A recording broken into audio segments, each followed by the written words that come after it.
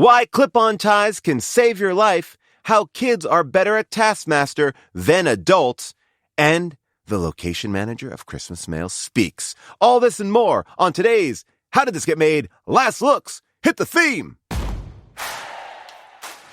How did this get made? Trash can fires in Jacob's ladder. Started out bad, now it's getting badder. Jason Statham, Angelina. Down at the Largo is where I seen them. How did this get made? Tall John Shear and Jason Zeus. Balcony monsters about to puke.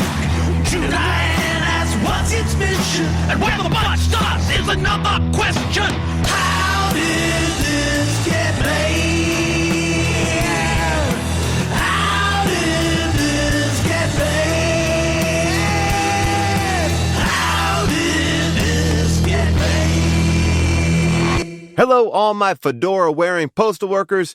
It's me, the Ragman, Paul Scheer, and welcome to How Did This Get Made? Last Looks, where you, the listener, get to voice your issues on Christmas Mail, a movie that Discord user Scully thinks should have had the tagline, Christmas Mail, Return to Sender. Please. Thank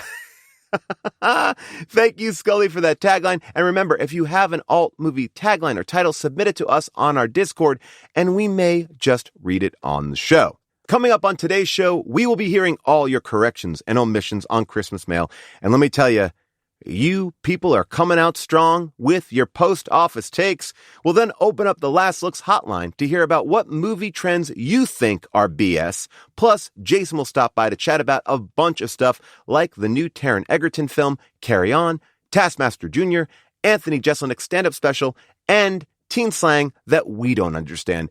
And finally, as always, I will reveal the movie for next week's episode. But big news, people!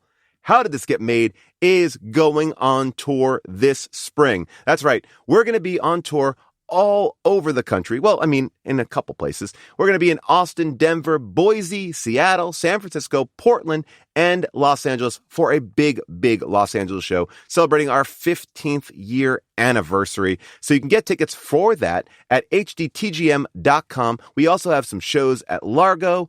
Dinosaur is going to be performing in January in San Francisco as well as Largo. So check out hdtgm.com. That will have all your ticket needs for us in Austin, Denver, Boise, Seattle, San Francisco, Portland, and LA.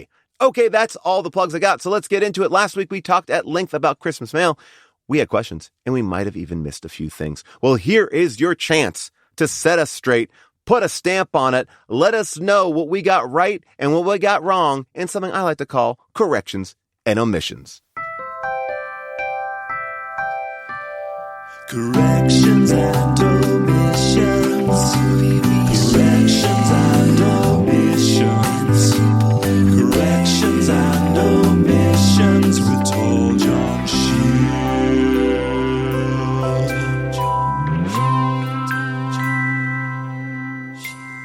Yeah. Thank you, John Falding, for that theme song. Let's go to the Discord. All right, Adam, 1138, has chimed in on something that everybody has come at us about, which is Mrs. Claus's first name. Now, in the Rankin Bass Christmas special, Santa Claus is Coming to Town, we learn that her first name is Jessica. People say I highly recommend watching or rewatching that special for the hippy dippy musical number that she has midway through it. Well, now, Adam, are we going to say that Rankin Bass is responsible for Santa? I don't think so. That's why Beneferon adds an alternative name option. On the other side of the Atlantic, where Santa Claus is known as Father Christmas, Mrs. Claus has a default first name, Mary, as in Merry Christmas, right? This is what I'm saying, people. You can't just say, well, in the Scooby-Doo holiday special, they called her Julia. That doesn't make, we need to go deeper. I like Beneferon's point of view here. Mary so far is the winning name for me. Merry Christmas is a great name for Mrs. Claus. But as I've been told on social media, let the women pick the names. Okay. Bonjour, Jamie writes, Rolanda Watts, who played Shelley, was a talk show host in the 90s. Her anonymous show ran for almost 1,000 episodes. She was also the announcer on the show Judge Joe Brown. Whoa, that is crazy. First of all, that was Rolanda? Oh my gosh. I'm reading it and I'm capturing it back. I know Rolanda. I used to watch Rolanda. How did I miss Rolanda? And then she became the announcer on Joe Brown. Good. Cash that check. Anyway, Dr. Guts 1003 writes, Matt looks at the photo of his bandmates and decides to give him a call. We then cut to the scene where Heather is helping the band with their breathing exercises, and two of the guys are wearing the same exact outfit that they're wearing in the photograph. I guess they wasted their wardrobe budget on fedoras. I mean, maybe they're like a character band, like Kiss. Like Kiss is always in the same outfits ultimately, you know. That's their show outfits, right? Don't bands have show outfits? I think they do.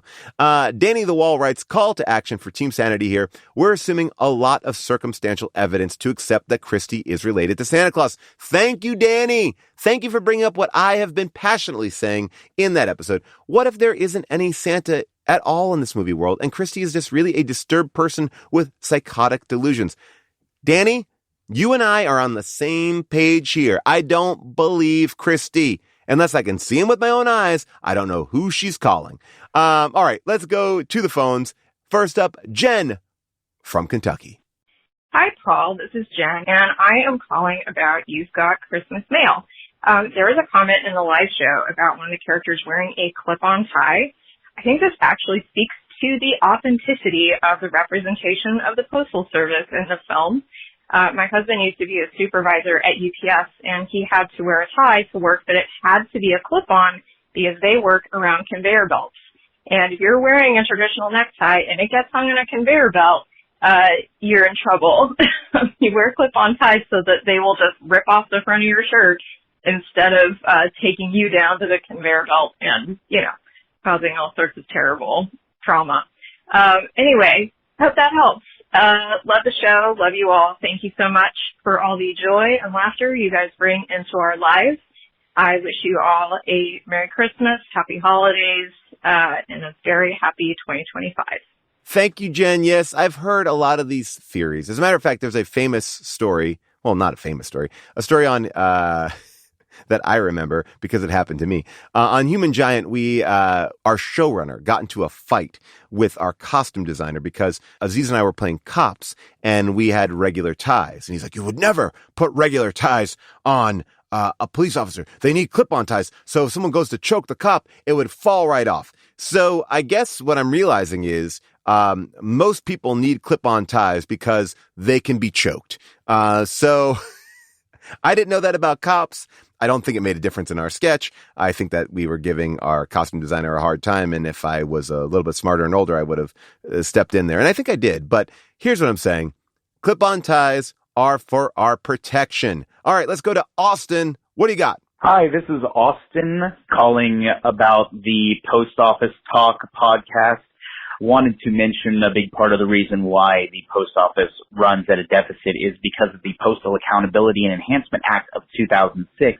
You mentioned that it had been running at a deficit for about 15 years, and a large part of that is because the Postal Accountability and Enhancement Act, which up until then, the post office funded their pensions on a pay-as-you-go basis, which is how most places do it. But this law required the Postal Service to calculate all of its likely pension costs over the next 75 years and then stow away enough money between 2007 and 2016 to cover most of those pensions for 75 years. The result of that was a massive catastrophe for the post office. The Postmaster General said in 2015 that their $15 billion debt is a direct result of the mandate. According to The Week, the USPS began defaulting on pension payments in 2012, but the Postal Service lost $62.4 billion between 2007 and 2006. Its Inspector General attributed $54.8 billion of that to pre-funding retiree benefits. So there you go. Thought it was worth mentioning that a big part of the reason they're running at a deficit, some of it's competition, some of it's modernization, but a big part of it is because they were required to cover all of their pensions for 75 years, which is pretty silly. Anyway, thanks. Love the podcast. Bye. Now, this is fascinating. I read about this after the show because I was interested in this. Now, this is not the end of the post office talk. No, it's not. Because Carrie the librarian, not Carrie the postal service worker, explains why the post office is important. Hey guys, this is Carrie the Librarian. I actually just paused the new episode a few minutes into it, to call about the post office real quick. This is a really important topic because it's honestly kind of like saying, why do we need libraries? We've got Amazon, you know. It's about access. As somebody who has spent a fair amount of time in rural Alaska, let me tell you, the post office is super important. And it being part of the government, and while yes, it is self-funded, it still needs taxpayer dollars because the postal office is the USPS is the only ones that will go to rural villages, to out-of-the-way places, very difficult locations. Amazon, UPS, FedEx, DHL, none of these people will go to the fishing villages who will deliver to, extremely rural post boxes, etc. So in order for literally everybody in the country to get their mail, the post office is important. But yes, it does self-fund. It works really hard to self-fund, and especially around Christmas time. So, if you want to love your post office, get some stamps. They have cool seasonal stamps. Anyway, I love you guys. I'm going to go back to watching the podcast. Listening to the podcast, and I hope you have a great holiday. Yes, exactly, Carrie. And this is what June was saying at the top of the episode. She had this momentary thought of, why do we need it? And then when she did some research on it, she changed her tune. That's what we were saying at the top of the show. People didn't know. You've let us know. And now we got it. All right. Thank you, Carrie. Thank you, Austin, for giving us some good old post office details. I feel very connected to the post office now. Our post office truck on our Christmas tree is right in front. We got to support our post office. And congratulations to the Canadian post office who just recently came off strike. So, Vicky from Winnipeg, what do you got? First of all, I love the episode of Christmas Mail. I had a lot of big laughs listening to it. I want to talk about Heather. Why didn't they just make her his cousin or his other sister? Why did she have to be this other woman who could potentially be a love interest for him? Also, I feel like they went out of their way to make sure we knew how fun Heather was. So she was always like skipping while walking slowly down the street with the little girl, but she had to stay in frame so she couldn't really skip that much. Or they were always like tickling each other or dancing. Any interaction just seemed very unnatural. Happy holidays. Love the show. And thanks for all you do. Vicky, great question. Could have been a sister, right? Could have been a sister. Would have been easier if it was a sister. Would have been maybe less creepy. Oh, I guess her sister died. I guess his sister died, I should say. Huh. Well, maybe if there's any other family member, they were worried that, why doesn't that person who's more responsible take care of the kid?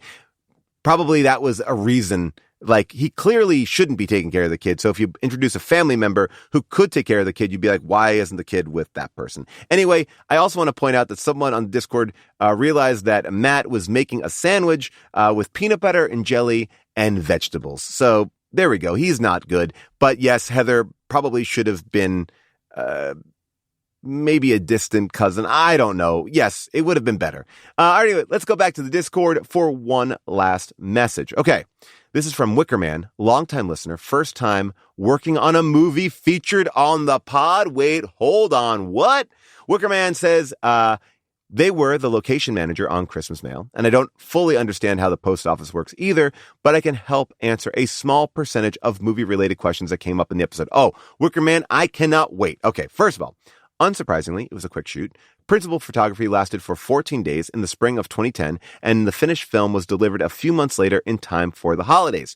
At the time, I took a big swing and reached out to the USPS corporate, and I asked them, could I shoot there? And they got permission to film at an actual USPS facility and use the official USPS logo and signage on screen.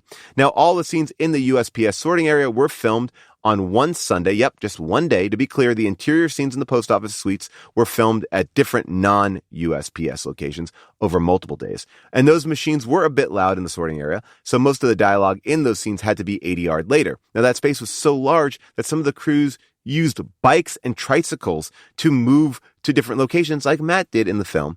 Now, the USPS did not finance the film or anything like that, nor did the ragman to my knowledge, I mean, you wouldn't know if the ragman was involved, honestly, Wickerman. Ragman works in mysterious ways. The truth is that the on-site USPS staff, as well as all the USPS corporate filming contacts, were very kind and generous to this film. They even offered an official uniform to our wardrobe department so everyone would look the right way. Now, I agree the exteriors definitely felt Pasadena coded. Now, most of the movie was filmed in the Valley and Santa Clarita. For me, the work experience was fun. We were all aware of the type of the movie we were making, and the stakes and budget were very low. I since moved on from locations and have never worked on a film quite like Christmas Mail again. Also, the whole crew was paid in fedoras. I made 10 fedoras a week and was able to put my kids through Hat College. Oh man, Joe Wicker, forget it. I'm not even gonna hesitate.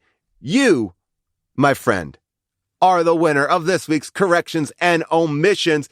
And you don't get anything, but you do get this amazing song from Case Silva. Hit it! You win, are you proud? Think you'll stand out from the rest of the crowd. But now, here's the thing, all you get for that is just some fucking nothing.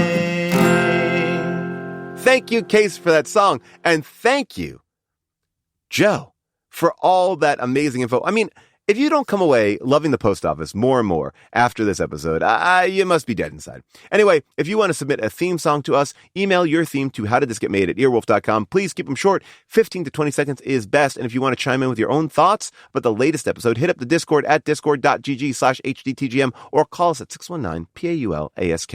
Okay, coming up after the break, we are talking about movie BS. Plus, Jason will stop by to just chat. Stick around. All right, welcome back, everybody. Before Jason stops by, our friends at Midas have inspired us to talk about some BS trends in movies. But remember, when it comes to car care, there's even more BS out there. Bad service, that is. Now, Midas provides an auto experience without the BS. From oil changes to tires, they provide reliable service that you can trust. And I trust that all of you have delivered on my demand to call us and sound off on what you think is BS in movies. So let's go to the phones. Jake from Milwaukee. Hey, Paul, this is Jake in Milwaukee with a BS movie trend. It drives me up a wall. It's the Christmas party on Christmas Eve. I've never worked for a company that would even consider such a thing. I don't know, maybe it was a big deal in the 70s and 80s, but I can't imagine a company having a Christmas party on Christmas Eve. Love you guys. Bye. That's right, Jake. That would be, only people probably like working on Grand Theft Auto, where they're not allowed to leave their desk, are having Christmas parties on Christmas Eve. It's a psychotic way to move forward in this world. All right, what else do we have? Ben from DC. Hey, Paul, this is Ben driving around thinking about things I hate in movies. Something I do not enjoy in movies are people who don't appear to have jobs, don't appear to be independently wealthy, and just spend all their time on the plot of the movie. You have to have a job to survive as a middle-class person. That should always be a part of a movie. It shouldn't just be frictionless, free living. It always bothers me, and I think it adds a lot to a movie when you actually have to work and earn a living. Anyway, thanks for all the great entertainment over the years. Amen, Ben. Yes, you are right. People need jobs in movies. We make it all about like the girlfriend or the boyfriend. What about showing up to work? You can't just solve the mystery and not go to work, okay? The mystery ain't paying you. So I love this point of view. It's something that I think we overlook so much.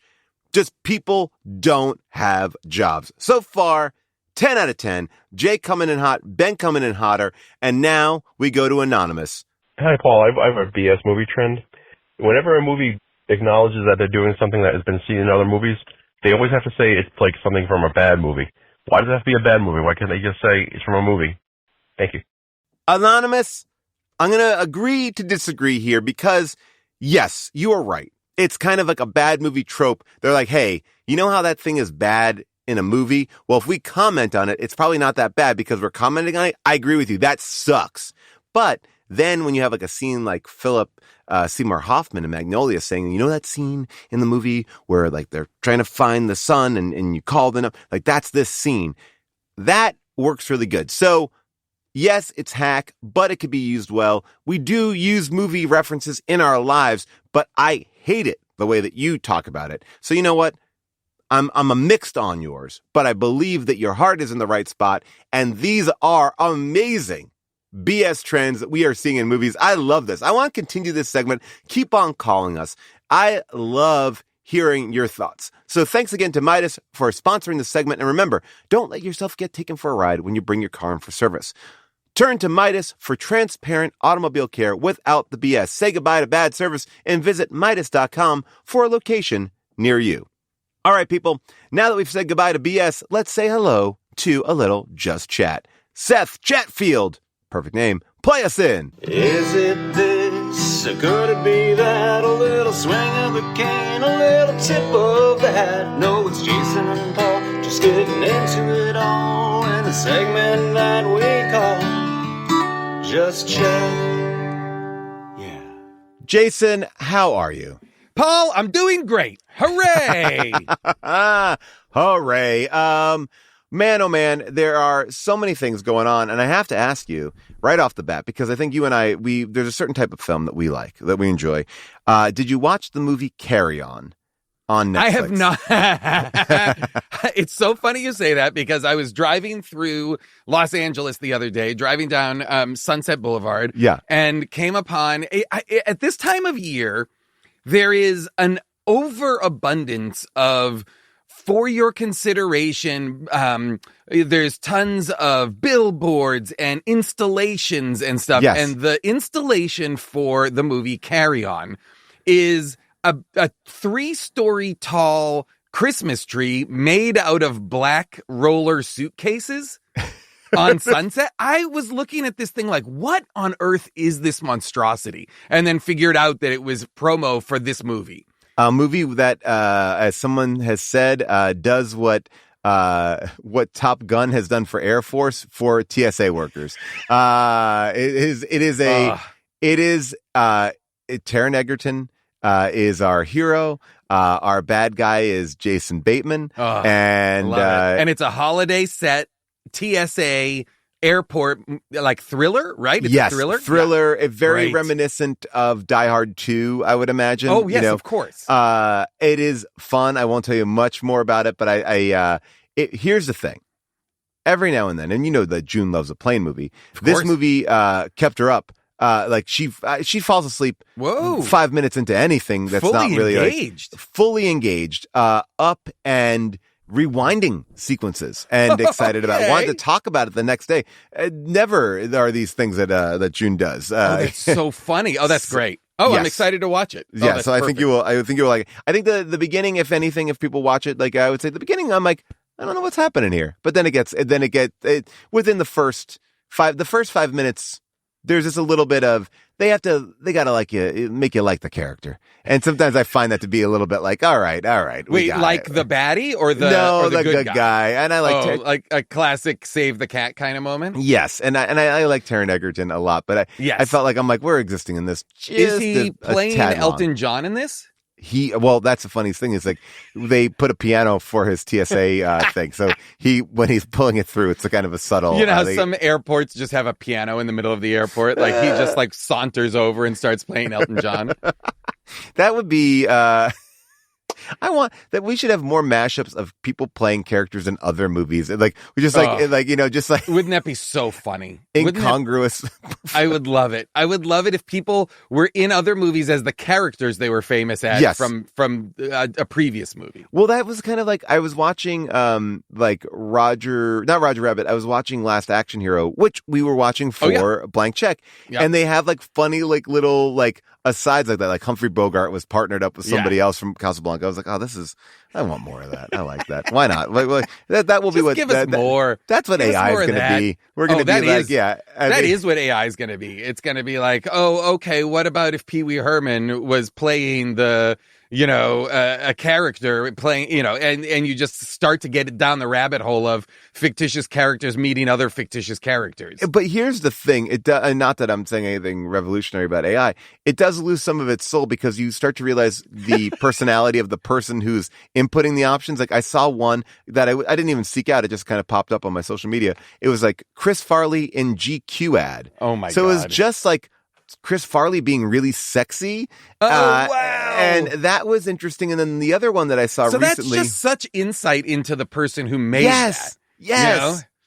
And it's like there's no sound to it. So you're just watching like Chris Farley like in nice suits. Like, and looking very un-Chris Farley like. Okay, so you just said you came across it. You said you are not looking for sexy Chris Farley photos. Okay, just making sure. As far as you know, yes. But, so how do you come across it? Like, where is it, where does it exist? So, like, there are these pages. So, like, occasionally if you're watching, especially on TikTok, but if you're watching Instagram. It's just in your feed or something. It's in your feed. That. And so, like, Instagram, like, I'll watch something that I did want to watch. And then as I click through the next thing, it might just be that thing. The other one that I really love that I sent to my basketball chat group is it was how Michael Jordan saved LeBron from a plane accident. So they're both sitting together in their uniforms, holding hands because they're scared of the turbulence. And then the plane explodes and Michael Jordan jumps out of the plane. He has the only like a parachute and grabs LeBron and they fly down together. Oh my God. This is that, but that's what I guess, and I wonder, is that what is going to be, will this contribute to the end of kind of how much social media people consume when the amount of what they're looking at is just patently AI, like, fiction? Well, you know again, what I mean? it's, you know, I would argue that sexual or like sexual fan fiction in general, they have niche audiences, you know, because they are very specific. So I imagine that, you know, anyone who's going to be like, oh, I need to see how Michael Jordan saved LeBron in a plane crash. I don't know what the audience is for that. My question is more, once all of your feed is more, just that, more just these crazy constructs that are not what you're looking for, but are what you're being fed. At what point are you like, why would I look at this platform when 80% of what I'm seeing is nonsensical AI generated content that is not for my niche fandom? You know what I mean? Because sometimes you'll come across Elton John chopping onions and you're like, wow, I didn't know I needed to see this. Like, and I have seen that. I don't know what that is, but okay. It's just Elton John in a kitchen chopping onions. Is it real or is it AI? No, it's AI. Oh my God. Oh my God. This and is, again, I'm like, this who's is a game. making that prompt? This is a game show. Is it real or is it AI? Yeah. Oh my God. It really is. It's a bizarre, it is interesting, especially as I talk to my kids about stuff. You know, you have to kind of let them understand that things are not always real, you know, and I remember we were going to school one day and one of their kids that we were carpooling with was like, I saw that there's a dog the size of the White House. And I'm like, well, that's not true. And they're like, no, I saw it on YouTube. I'm like, well, yeah, but yes, but you understand, like, not every, like, YouTube is not like a fact based. And he's like, but I saw it. I saw a dog. Well, he's got alternative facts. Yes, exactly. And then you know, you have to talk to my kids about that. And I have to be like, there is no saw. One of the kids in your carpool is Kellyanne Conway, right? And but you know, look, some things she says I disagree with, but a lot of times I know her heart's in the right place. Wait, did you get to the root of the dog the size of the White House? Yeah, it was just a crazy, it was even like, I mean, the shit that my kids are watching on YouTube. I mean, it's like and they're watching kids' YouTube. So that's the one that's like really vetted. Like, you can't get much stuff on kids' YouTube. Yeah. You know, like, I can't even find a how-to for them. Like, for drawing how-tos, it's like, it really stops. Like, my kid has done every drawing one. But, so yeah, it's just like, you know, funny picture of dog as big as White House. It could be as simple as that, you know, just like that's all. And it was a still image of a giant dog. And I'm also like, the funny thing to me was the lead wasn't, oh my God, there's the dog as big as the White House. It was like, oh, I want to get a dog as big as the White House. Like, this kid wanted a Clifford. And not like, I'm scared of Clifford. Because that's what I was going to say. Like, we had Clifford or Marmaduke, of course. Yeah. Big, giant dogs in our world. You know, in our stories, rather. Stories. But, you know, but to consider that, that the kids these days are just like learning off of YouTube, just like the preposterous nature of the world.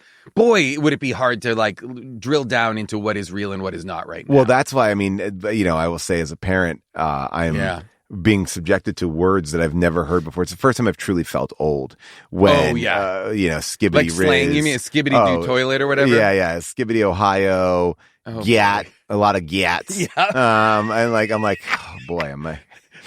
Somebody else who has teenagers was just running down all of this for me. And it was making me laugh so hard because to hear my 50-something-year-old friend detail all of her kids' slang terms was making me laugh for so long because she was having to deliver them earnestly. And I would be like, well, no, how do you use that, though? Yeah, well, that by the way, that's where I get on line and I start going, oh my all right, God. There's a guy I follow on TikTok. He's called like Mr. So-and-so, the middle school slang teacher. And he's like, I teach these kids and this is what I got. And I'm like, and the funniest thing is, and this is the thing that I've found to be the most interesting. So I watch that and I try to be up on it. And then, I'll ask my kids what they mean. They don't even know what it means. They're just repeating. So some of these things are beyond. They don't know. They know context. They just know skibbity. Like they don't know what even skibbity toilet means. They just know they're saying skibbity toilet. They know Riz means something, but they don't really know what Riz means. They do know that yap means butt. But they're not saying it in a way that's like aggressive. It's so crazy. It's so crazy. It really makes me laugh. I'm always just like, okay, all right, guys. And but then they're surprised when I know what it means and they don't. So it is like, then I'm like, because you're researching the etymology of these things and they're just overhearing them and then reusing them. Yes. And then, now we've gotten into a thing too with June where, and this is probably something that you'll fall into if you have these kids, which is, I don't know how to gauge what is appropriate and what is not appropriate for them. What is too sexual or what's a dirty or a swear word. Yeah. So more matter of factly, we were, my wife walked in on me and my 8-year-old playing Mortal Kombat and she was like, you cannot play that with him. It's too violent. I'm like, well, it's not that violent. I mean, it is, but it's also kind of funny violent. I'm like, sure. But then is that the one where you like rip someone's like spine out? Yeah, exactly. It's like, And look, he doesn't know how to do that move. We're just kicking and punching. Sure. He doesn't know the finishing moves. No, but what is acceptable in our house is Star Wars Battlefront, which is something that we play a lot, which is just, and there's a thing called Ewok Hunt, where you just go around trying to kill Ewoks. Whoa! But they're very resourceful, these Ewoks. They're going to come get you. Yeah. I mean, I don't mind. As someone who hated the Ewoks, I would love. I'm surprised they let you play a campaign where you can hunt the Ewoks. That's Ewok great. Hunt is a lot of fun, but again, like I said, hard to kill these fucking Ewoks. They're tricky. Oh, yub nub. By the way, that was a moment that I showed my kids that blew their mind. We were watching something and I was able to show them the original face of Anakin Skywalker. And like at the end when they're like on the planet. Oh, that's what it was. I was playing them that Yub Nub song because I was like, you got to hear the original song. And then they cut over to Luke looking over and my son's like, who's that old guy? I'm like, oh, that's Anakin Skywalker. I was like, that's Anakin. And he's like, no, it's not. And I go, yeah, it is. It is. Wow. I mean, imagine you can, look, you can, for your kids, Star Wars, exposing yourself to Star Wars as a child is to experience all of the aging process that George Lucas spent the last 60 years depicting. Yes. They can watch it all at once, from a young person's story, from a coming of age young person's story to a story that is about the totality of a person's life, from light to dark to light again. What a crazy story to process, Well, and I'm going to give you a little thing that you're not going to like. What they often say to me is like, I hate when they get old. I don't want to watch them when they're old. Of course, I feel like that's what the old people are saying too. I feel like all the old fans are like, like the toxic fandom of Star Wars. I feel like wishes it was more like, again, you guys are too old to talk about this show like this. Right. It's supposed to be a story about young people for young people. I will say though, Skeleton Crew so far is loving wonderful young people storytelling, Star Wars young people storytelling. Well, this is what I get that I'm so kind of blown away by. I'm like, how can they make it so good? And what I think, there's a lot of stuff that's bad, right? Or not bad, or mid-length sometimes. But this is like what they did, that they took a giant swing and created, again, just if people have not watched it, we won't spoil it all, but Suburban Planet. Yeah. We've never seen that in Star Wars. Never have seen a planet that doesn't have a lot of spires going up in the sky. A planet really like during the day, like school. I mean, Coruscant is an entire city, an entire planet that is a city. There are no suburbs. It's all just the city.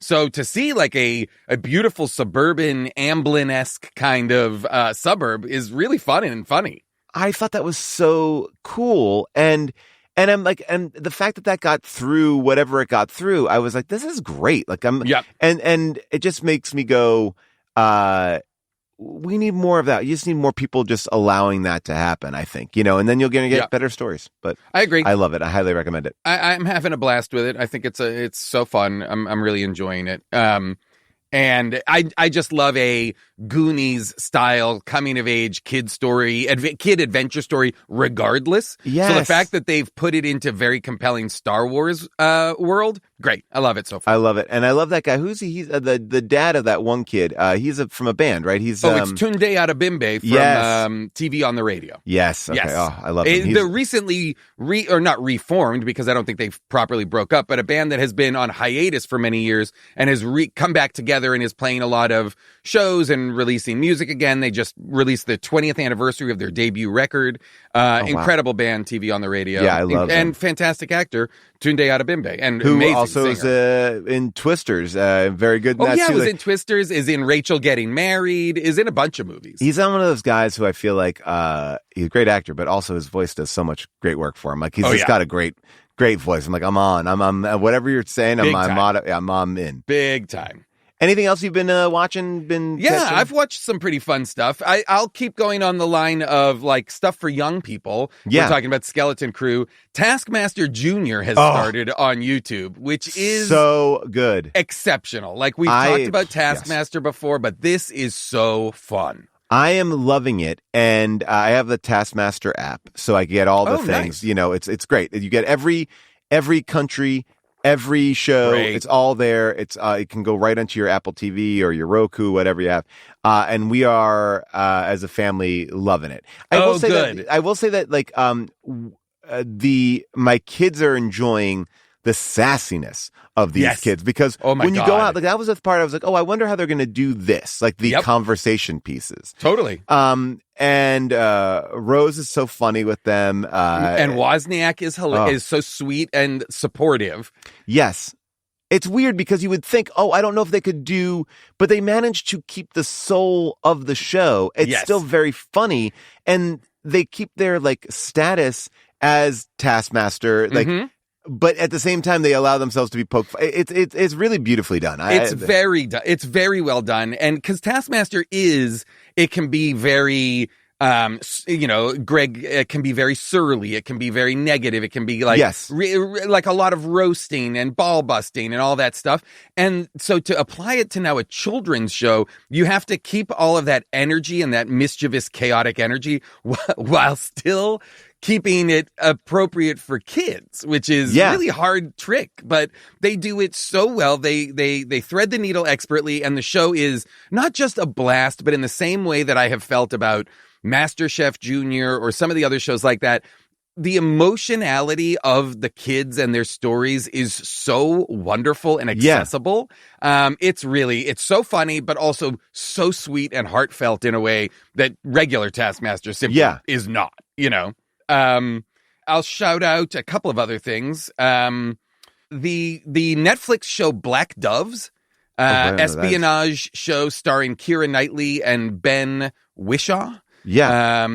Is terrific. Is just a straight up British espionage spy story. 6 episodes, very fun, very pulpy. Maybe not as spy crafty as A Slow Horses, right? But nonetheless a very, very compelling like spy thriller. Really fun. Like that. Okay. June really has been watching, and she told me I should talk about it. Disclaimer. She loves. I haven't watched it yet. Yeah, she loves it. Good. She loves it, and is and again. Every now and then she'll watch one of these shows and it surprises the hell out of me. Yeah. And this is the one that she is constantly talking about. This is the Cuarón one. I haven't watched any of it. I'm curious.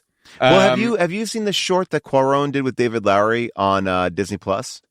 Oh, wait, is it the owl one? Yes. Oh, I did. I didn't know that Cuarón did it. I thought it was just David Lowery. Okay, it's yes, I did David watch Lowery that. directing it and Cuarón producing it. I thought that was really beautiful. Yeah, we may have. I did too. I thought it was stunning. It's like a stop motion animation kind of really beautiful thing. I loved that. I loved that thing. I will also shout out Man on the Inside, the Mike Schur Netflix show starring Ted Danson. Yes. This show is absolutely phenomenal. This is a show where Mike Schur created from Parks and Rec and The Good Place. Ted Danson, of course, you know. Ted Danson, retired man, goes undercover, retired professor, takes a job and goes undercover in an old age home, an assisted living facility, in order to do detective work at the behest of like a young private investigator. And so he's the man on the inside. And what ostensibly is a setup for a very funny sitcom, a half-hour show full of very funny characters and very funny stuff, is in fact that, but then gives way to this absolutely beautiful show that is about grief and loss and mortality and all of the discrepancies between parent and child and what it is to get older and lose your partner or lose the things that are keeping you invested in moving forward in the world when you've lost your partner or lost your job or aren't working anymore. Like, it is confronting so many things, the differences between adult children and their aging parents is such a component of it. It's absolutely fantastic. The show is absolutely so silly and so funny. I've never seen my dad laugh harder than he did at this show. He laughed so hard at this show. And then turn on a dime and be absolutely devastating and heartbreaking in a way that is so earned and so wonderful. I think the show is fantastic. Man on the Inside. All right, I've been meaning, it's on my to-do list, and I have to watch it. I've been watching a bunch of movies because I try to what do you got? I'm just new, I'm in Christmas mode. I'm watching favorites. So I'm not doing anything new. So that is I'm down to watch like the Travis Kelce, Taylor Swift, Kansas City Chiefs produced by movie Hallmark film. I'm watching shit like that. Oh yeah, I didn't know that. I watched the Sabrina Carpenter Christmas special. I've been wanting to watch that, and I also have to watch it. Sketches in it. Yes, it has sketches in it, which written are by crazy. Megan Amram, I believe. Yep. Oh no, and Fran Gillespie. It's got good writers. Obviously she comes out of like a comedy, she's the Disney background, Disney background. So she's terrific. And the show, it's fluff. It's like, holiday fluff, but it was the perfect thing to have on while decorating the tree. That's the way to do it. I mean, it was great. Do you cook at all during the holidays? Do I cook? Cook, yeah. No. Interesting. No, not really. Yeah, I get it. Why are you? Well, no. I do, yeah, but I'm also realizing that a majority of things I cook, and especially around the holidays, are egg-based. Oh, yeah. Yeah, like cookies and things like that. It would be very hard for you to cook. I have no traditions inside of like a special dessert, a special cookie. All that stuff was never been a part of it for me. No, yeah, all right. Sadly. Yeah, I get it. I also understand the why. I did bring the family to Tam O'Shanter out here, which is a Tam O'Shanter. Now we're going. Now we're talking. Yeah, I love Tam O'Shanter. We do it every holiday season because they have these carolers. They come to the table. And I didn't know that. Oh yeah, it's really fun. It's really decked out for the holidays, and then the carolers come over to the table, and they are absolutely amazing. And cool. And they will pull out some weird hits. Like the other day, we asked them my mom, as a matter of fact, said, "Can you play Grandma Got Run Over by a Reindeer?" And I was like, "Mom, they're not going to sing that." And let me tell you, they sang it and they killed it, and it got the restaurant very excited. Oh, that's awesome! Because everyone's hearing like "Silent Night," for sure. like they're hearing Jingle Bells, and this all of a sudden they're talking about Grandma getting run over by a reindeer. That's great. Oh, I love that. Anything else you got? Yeah. I'll shout out a couple more things. Yeah, please. I've talked a bunch lately about some of the fantastic stand-up specials that have come out this year. Oh, yes. From Joe Mandy, our friend Joe Mandy. From Joe Mandy's Chill to, I mentioned James Acaster's special earlier. Fortune to Ali Feimster. Wong's special. Langston Kerman's special that I thought was fantastic. But Alana has a great, Alana Glazer has a great special on Hulu as well. For me, the best special of the year, a truly incredible comedy special is Anthony Jeselnik's Bones and All. Absolutely. One of the funniest things I've seen. That special was phenomenal. Just demolished for a straight hour. I don't have the metaphor, but I can kind of give you the half metaphor that I've been playing with. It's like watching him do that special is like watching a magician and being surprised every time they do a trick. I'm like, oh, right, of course. Like, because you think he gets you every time. Single time. It's crazy. It's exceptional. He is, I think, just the best person, the best joke writer, the best joke teller we have currently. I think he's the best.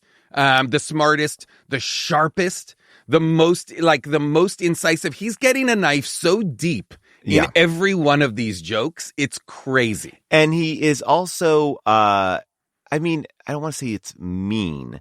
It's not mean, but it's darker than it's like he's able to keep you riding. Like there's a moment, and I say this to kind of underline how good he is at reading the audience. At a certain point I'm watching the show, I'm like, all right, I've had enough of this dead baby stuff. And literally, as I literally thought that, he said, I know you're thinking, enough of this. And I was like, and it was like, just had it down to like a sign, like it was perfect. He is one of the only people I feel like who is truly ahead of us. Yes. You know what I mean? Like he is, whether you know it or not, and you really don't know it, he's walking you through the special.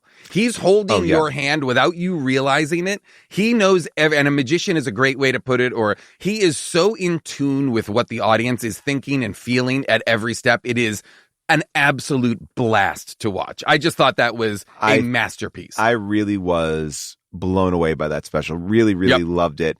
You know who else I thought, had that same vibe and completely different as far as content was Gaffigan. Gaffigan's special. I haven't watched it yet. The new one? Oh, man. I haven't watched it yet. It's like Gaffigan's special to me is, look, he's definitely catered a market of like dad jokes, right? Like, I mean, for sure. But they're not dad jokes, but it's so effortless and funny, and you're like, why have I not heard this point of view articulated? Or I've seen people dance around this, but never articulated as well as this.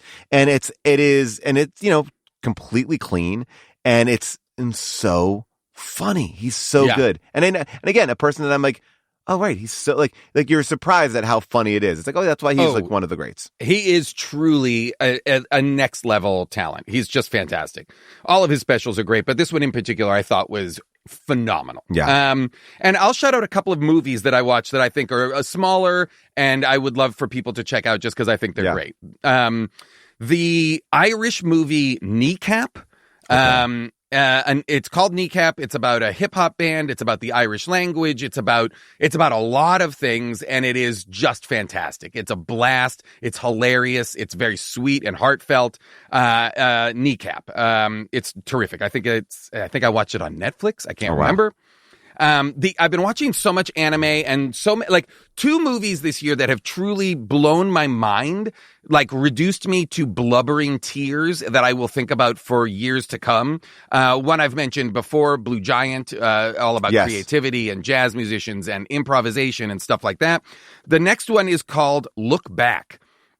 This is an anime that's also based on a manga. It's by, Kiyotaka Oshiyama. Is that the one that's like only 55 minutes or something like that? It is. Yes. It's like a little over an hour, or it's just an hour. And it is also about creativity and collaboration and ambition and what it is to be friends and what it is to be collaborators. And it's also a bit of a sliding doors. What if this didn't happen, but that happened? And it's about a lot. It's a coming of age story. It's all the stuff that gets me so in the feels.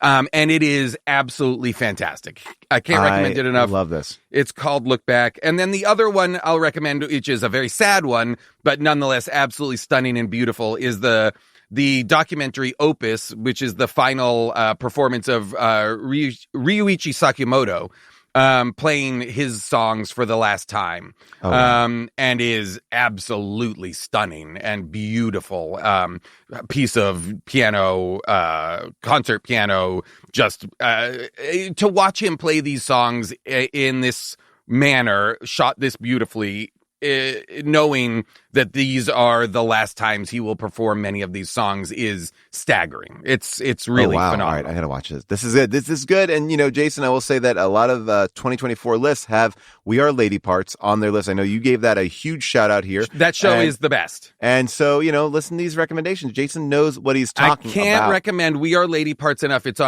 on Peacock, and another one that I'll recommend that I've recommended here before that I feel like deserves the attention is Shoresy on Hulu. Love it. Those are two of the best half hours of the year.